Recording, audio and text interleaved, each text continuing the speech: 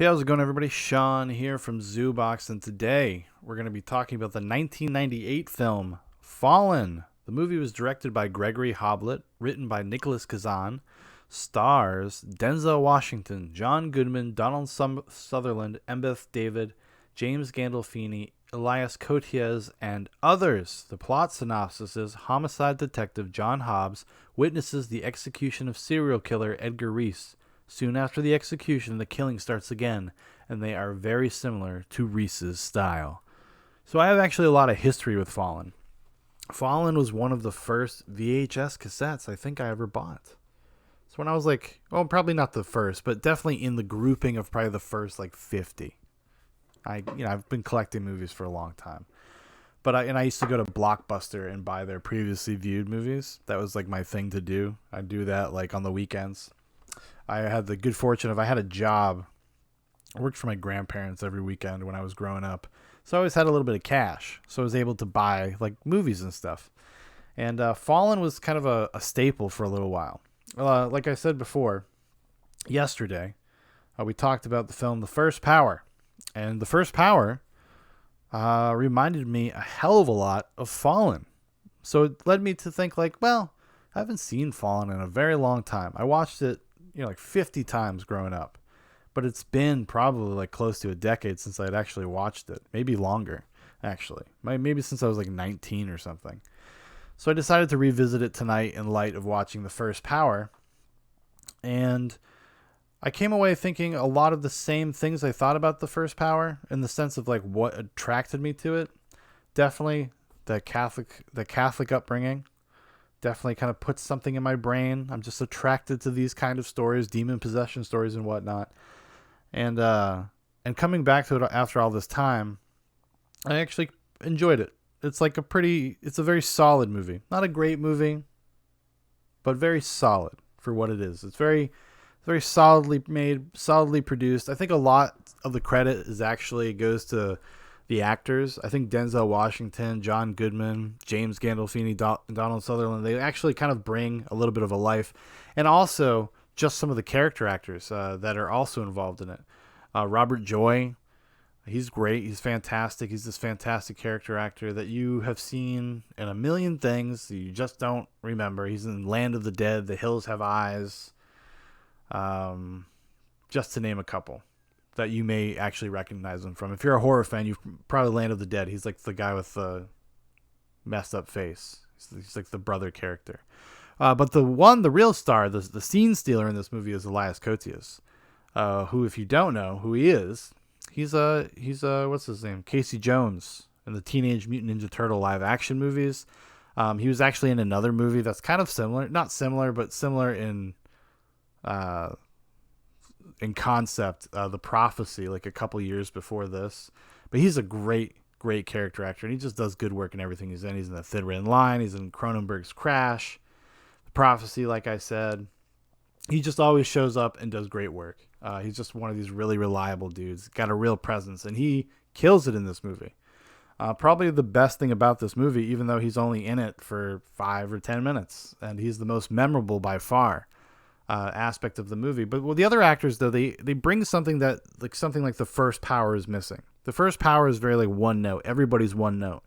And in Fallen, I think you could have had the same situation where characters just kind of felt flat and one note, but these actors, rather, they really are able to kind of imbue them with a sense of history, a sense of life. They do a lot of little business, a lot of little character stuff, like James Gandolfini. This is a great like little James Gandolfini role from before he was in, The Sopranos, and his kind of career became what it became.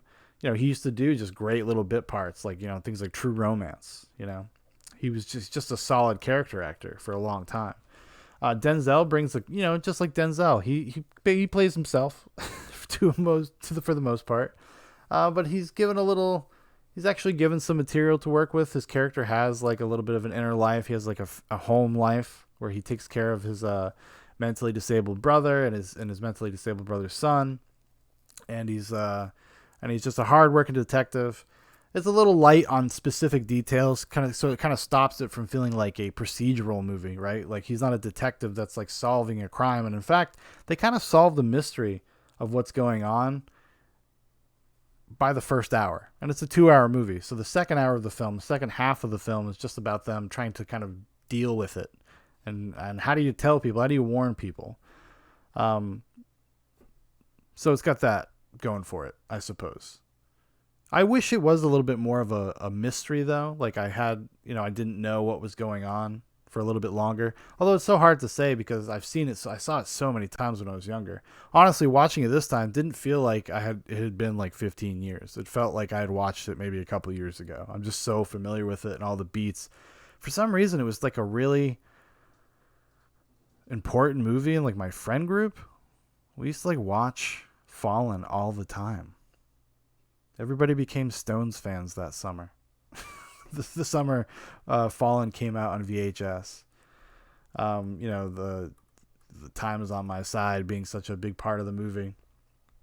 And just kind of, it's coming a couple years after Seven.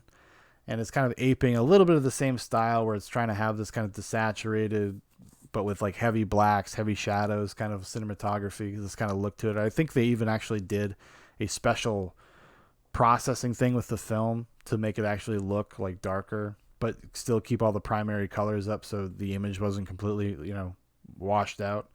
So it has kind of an interesting look to it. Gregory Hoblit, the director, is definitely a jobber.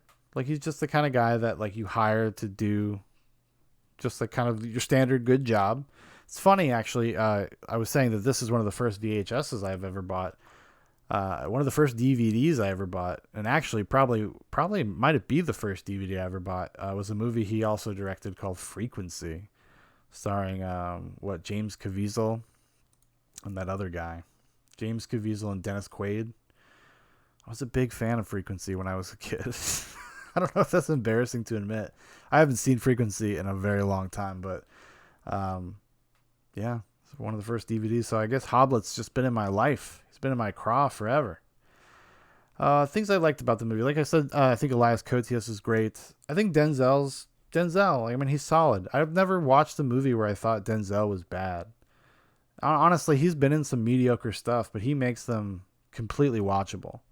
Like stuff like Deja Vu, which I like Tony Scott, but that was not one I enjoyed particularly.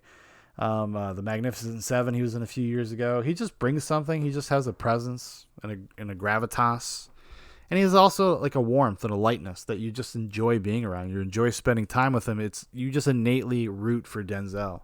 That's actually why Training Day works so as well as it does, because Training Day is not like a great story, not a great movie, but it's a great performance, a great subversion of an actor's like kind of natural presence and ability.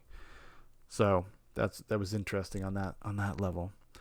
But yeah, getting into the way the story plays out, like I said, it's kind of like it's almost like a two act movie where the first act is them figuring out what is going on, and they figure out that it's a demon called Azazel, and then the second act is kind of staving off Azazel as he's trying to set up Denzel Washington's character like he had somebody else 30 years ago. One of the weird things about it, though, is that it's all predicated on this idea that the demon Azazel just likes doing this for fun, because there's no real reason for him to give Denzel Washington characters like a clue as to who he is and what's going on. So he almost like kind of wants to put himself in a situation where he's like matching wits, like he's angry at him for catching him or something. So and it's completely like self-defeating, because then he's just like, then he acts like shocked when Denzel has a plan to stop him. Denzel has to go to this remote area, this remote cabin, and for some reason slowly kill himself he does it to be like kind of like ironic justice. He uses this poison that the serial killer demon uses to kill people, and he laces a cigarette with it, and he sits there and smokes while John Goodman's character, who's been possessed by the demon, is bleeding out painfully as he was shot in the gut. And yeah, it's weird. Like, it's just I would say the final moments of the movie are just like, well, you could have just like shot John Goodman and then shot yourself, and not like even let the opportunity arise where the demon could have like made it far enough to find somebody else. Because apparently the demon's only got the length of a breath or something. It's like 5 cubic yards, or 500 cubic yards, something like that. I can't remember exactly, but it kind of falls apart a little bit. Honestly, I would have rather have watched the movie that precedes this movie that would have come before it. I would have rather have watched the movie about Denzel Washington's character, John Hobbs, catching Elias Kotius's Reese, the demon. That would have been a more interesting movie in all honesty. Like if it was just like a more of a procedure, more of a detective movie, then you have this Reese character who's been possessed by this demon for a long time, but then you could have had him like kind of leave Reese, and then Reese having to come to and deal with like, oh, what have I done? Who am I? And then trying to explain that to Hobbs, and then at the end maybe they come to some sort of conclusion that they have to stop this demon together. I don't know that, and maybe they think that the execution scene, they could have just done that at the end of the movie, kind of. I don't know. Maybe that's stupid. I don't know.